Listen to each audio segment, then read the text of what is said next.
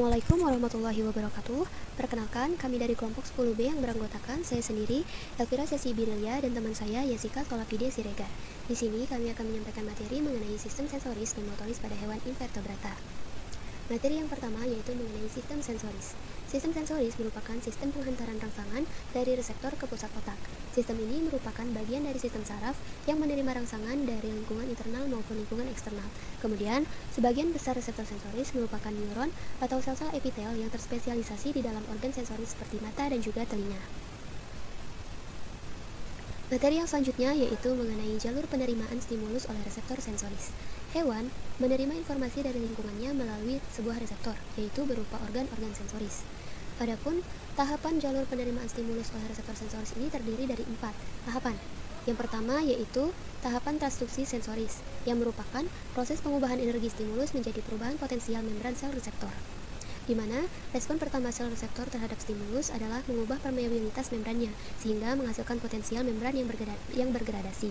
Potensial bergradasi merupakan perubahan tegangan di sepanjang membran yang sebanding dengan kekuatan stimulus.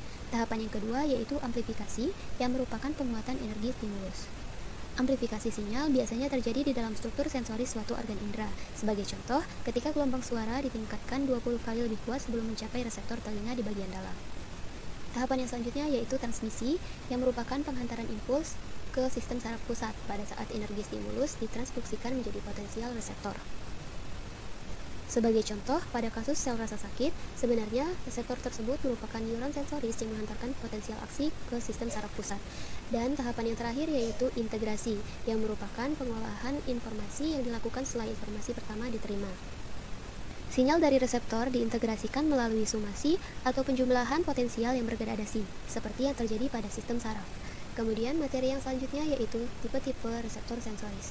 Berdasarkan lokasi sumber stimulus yang dapat diterimanya, reseptor dibedakan menjadi 2, yaitu yang pertama yaitu interoreseptor yang berfungsi untuk menerima rangsangan dari dalam tubuh hewan, dan yang kedua yaitu eksteroreseptor yang berfungsi untuk menerima rangsangan dari lingkungan di luar tubuh hewan. Kemudian, tipe-tipe reseptor sensoris yang kedua yaitu berdasarkan jenis energi yang dideteksinya, dibedakan menjadi 6. Yang pertama yaitu mekanoreseptor. Mekanoreseptor dirangsang oleh stimulus berupa tekanan, sentuhan, pergerakan, dan suara serta semua bentuk energi mekanik. Proses penerimaan rangsang mekanik oleh mekanoreseptor disebut dengan mekanoresepsi. Adapun mekanisme sederhana mekanoresepsi adalah yang pertama, pada saat sel dalam keadaan istirahat, pintu ion Na+ pada membran mekanoreseptor masih dalam keadaan tertutup. Kemudian, rangsang mekanik yang menekan reseptor menyebabkan membran mekanoreseptor merenggang. Selanjutnya, perenggangan membran mekanoreseptor menyebabkan perubahan konformasi protein penyusun pintu ion Na+. Sebagai contohnya, insekta mempunyai mekanoreseptor pada permukaan tubuhnya yang bisa memberikan informasi arah angin, orientasi tubuh saat berada dalam ruangan, serta kecepatan gerakan dan suara. Kemudian, pada serangga, mekanoreseptor berfungsi mendeteksi suara-suara yang ada di udara dengan 2 tipe organ sensoris, yaitu yang pertama, sensila rambut, dan yang kedua, organ-organ timpani. Yang kedua yaitu kemoreseptor, yang merupakan sel reseptor sensoris yang berfungsi untuk mentransduksikan zat kimia. Percakapan kimia atau interaksi kimiawi sangat penting khususnya bagi lebah dan juga semut. Sebagai contoh, pada insekta, kemoreseptor terdapat pada bagian mulut dan juga antena dan kaki. Kemoreseptor dapat berupa rambut ataupun duri sensoris yang kaku. Yang selanjutnya yaitu fotoreseptor, yang merupakan sel reseptor sensoris yang berfungsi untuk mentransduksikan cahaya. Perbedaan cara kerja fotoreseptor terdapat pada jenis rangsangan yang diterimanya. Sebagai contoh, pada cacing pipih, fotoreseptor terdapat pada spasam mata yang berbentuk mangkuk, dan pada insekta, fotoreseptor berupa mata majemuk, dan pada moluska jenis Cephalopoda mempunyai mata vesicular yang dilengkapi oleh retina.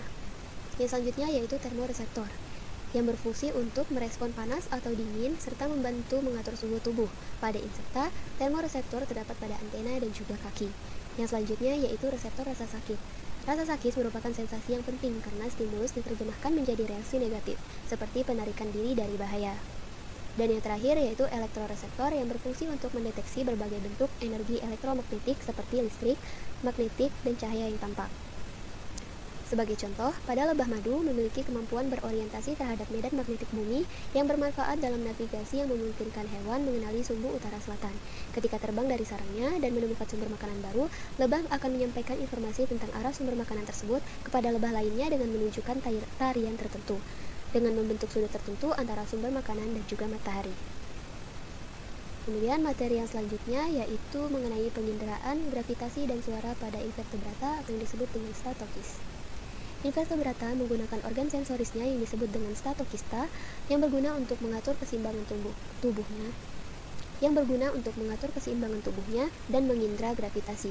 Statokis terdiri dari struktur seperti kantung yang mengandung massa mineral dan banyak rambut sensorik bersaraf yang disebut dengan sate. Baik, materi yang selanjutnya akan disampaikan oleh teman saya Yesika. Kepada Yesika, dipersilakan. Baik, terima kasih kepada Elvira. Materi selanjutnya yaitu mengenai sistem sensoris invertebrata. Yang pertama yaitu ada protozoa. Pada umumnya, protozoa tidak memiliki indera, tetapi protozoa peka terhadap rangsangan cahaya. 2. Porifera. Hewan porifera termasuk hewan yang tidak memiliki sistem saraf di dalam tubuhnya. Namun, porifera memiliki sel saraf dan saraf sensoris yang primitif, juga tidak terdiferensiasi atau tidak mengarah pada perubahan yang ke arah sempurna.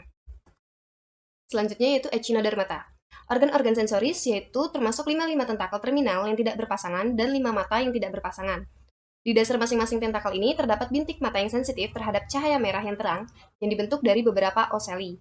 Seperti pada gambar di sini, ada gambar bintang laut, ada 5 tentakel, 1, 2, 3, 4, 5. Di sini juga ada saraf radial dan cincin jaringan saraf di sekitar kerongkongan. Selanjutnya yaitu ada coelentrata. Coelentrata telah memiliki sistem saraf sederhana yang disebut dengan sistem saraf difus atau bentuk jala. Proses stimulus responnya yaitu stimulus menuju sel sensoris, lalu sel saraf, dan ganglion terdekat. Ganglion tersebut akan memberikan respon yang diteruskan ke sel saraf menuju efektor. Selanjutnya hewan arthropoda. Alat indera yang penting pada serangga yaitu mata majemuk dan mata sederhana. Serangga memiliki 4 macam alat indera. Yang pertama yaitu ada indera penglihatan, 2 indera pembau, 3 indera peraba, dan yang keempat yaitu ada indera penangkap getaran suara. Pada gambar di sini yaitu ada diagram representasi sistem saraf pada serangga. Ada otak, ada subesophageal ganglion, ada torak ganglia, dan abdominal ganglia. Selanjutnya yaitu ada annelida. Alat sensorisnya terletak pada bagian kepala, di mana organ-organ sensorisnya sensitif terhadap sentuhan dan cahaya. Di sini ada gambar sistem saraf dari oligochaeta, yaitu ada jaringan lateral, ada faring, ada ganglia cerebral, ada buccal cavity, ada prostomium, ada sensory endings, ada mulut, ada circumpharyngeal connective, ada subpharyngeal ganglion, dan ada nerve cord. Selanjutnya yaitu sistem motoris invertebrata. Motorik adalah suatu istilah yang digunakan untuk menggambarkan perilaku gerakan yang dilakukan oleh tubuh. Sistem saraf motorik merupakan kumpulan saraf pada otak, tulang belakang, dan jaringan otot yang mengatur fungsi pergerakan pada otot tubuh. Yang pertama yaitu ada protozoa. Pada umumnya, protozoa bersel satu, di mana protozoa harus dapat menyelenggarakan berbagai fungsi untuk fungsi pada tubuhnya, yaitu seperti pada fungsi pergerakan. Contohnya di sini ada Paramecium caudatum, di mana Paramecium caudatum itu dilengkapi dengan silia atau rambut getar yang memiliki beberapa peranan yaitu sebagai alat gerak atau lokomosi dan juga untuk memperoleh makanan, di mana makanan diperangkap dengan silia lalu masuk ke dalam mulut. 2. Porifera. Pergerakan motil dari spons muda ini merupakan pergerakan yang pasif. Pergerakan tersebut akan sangat bergantung pada arus air yang membawa mereka dengan menggunakan flagel sebagai sistem motorik. 3. Echinodermata.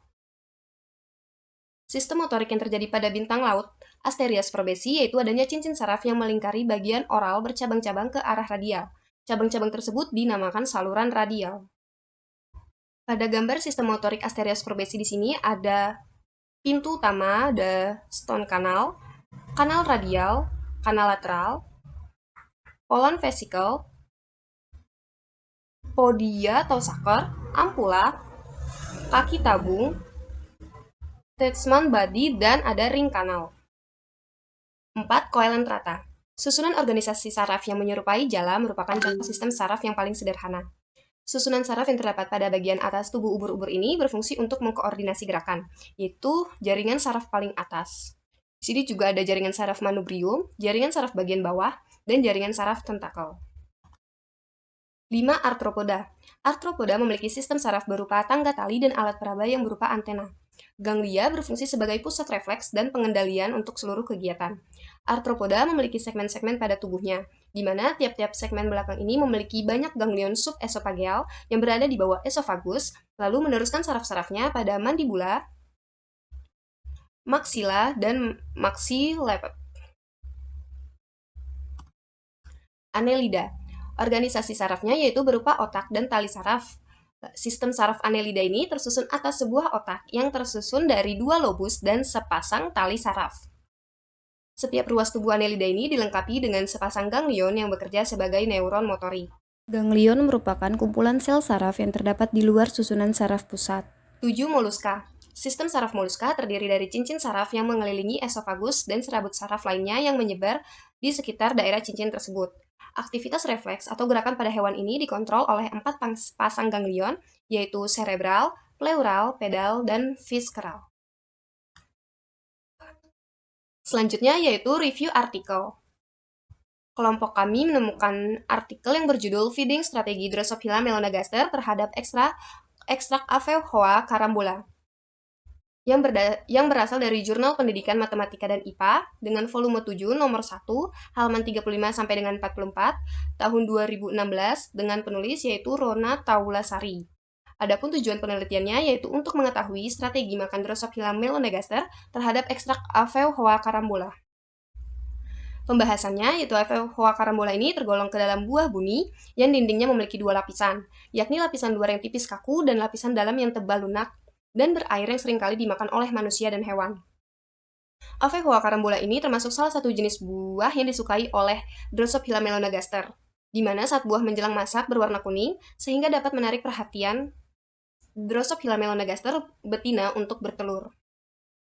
Dalam masa pematangan telurnya, serta pertumbuhan dan perkembangbiakan, Drosophila melanogaster ini memerlukan nutrisi yang cukup. Menurut Santoso tahun 2009, sistem pencernaan atau sistem gastrointestinal pada hewan memiliki 4 fungsi utama. Salah satunya yaitu untuk menyelenggarakan aktivitas makan, di mana mengantarkan makanan ke bagian awal dari saluran pencernaan. Hal ini akan dilakukan dengan kerjasama terhadap sistem tubuh lainnya, yaitu sistem gerak dan berbagai sistem sensoris. Selain memakan nutrisi, Drosophila melanogaster ini juga memakan bakteri yang menempel pada buah sebagai inangnya. Aroma yang dikeluarkan bakteri FFT atau fruit fly tape memikat Drosophila melanogaster betina pada saat akan bertelur. Akibatnya, Drosophila melanogaster ini mudah menemukan dan menentukan tempat yang cocok untuk meletakkan telur, menurut Putra tahun 1997. Seekor serangga menerima informasi mengenai sekitarnya melalui organ-organ perasaannya. Kemoreseptor yang berkaitan dengan masalah pengecapan dan pembau merupakan bagian-bagian yang penting dari sistem sensorik pada serangga. Organ-organ pengecapnya terletak pada bagian mulut, di mana mekanisme pengecapannya disebabkan adanya zat-zat atau bahan-bahan tertentu yang mengawasi impuls saraf dalam sel-sel sensorik dari kemoreseptor. Menurut Anonymous tahun 2009, selain struktur tubuh, terdapat beberapa faktor pada serangga yang mempengaruhi tingkah laku makan, yaitu ada faktor reseptor kimia, faktor reseptor mekanik, faktor reseptor cahaya, dan faktor reseptor suhu. Untuk mendapatkan makanannya, Drosophila melanogaster ini tidak membutuhkan waktu yang terlalu lama, karena mereka memiliki sel sensorik sebagai pendeteksi sumber bau dari makanannya. Drosophila melanogaster ini juga mencari sumber bau makanannya dengan bantuan sepasang antena yang dimilikinya sebagai alat sensorik dengan cara berputar-putar pada sekitar sumber bau. Proses ini disebut juga dengan gathering yang memanfaatkan organ tubuh sebagai alat sensorik. Berdasarkan hasil penelitian, Avehoa carambola ini yang sudah masak dan busuk sangat diminati oleh Drosophila melanogaster. Akan tetapi, Drosophila melanogaster ini lebih menyukai ekstrak Avehoa carambola yang busuk karena ekstrak Avehoa carambola yang busuk ini lebih mempunyai kandungan zat-zat yang dibutuhkan oleh keturunan lalat buah dan kelunakan buahnya memudahkan induk lalat untuk memasukkan telurnya di bawah permukaan kulit buah. Sehingga apabila nanti telur-telurnya sudah menetas, sudah tersedia makanan untuk larvanya. Baiklah, cukup sekian materi yang dapat kami sampaikan. Terima kasih. Wassalamualaikum warahmatullahi wabarakatuh.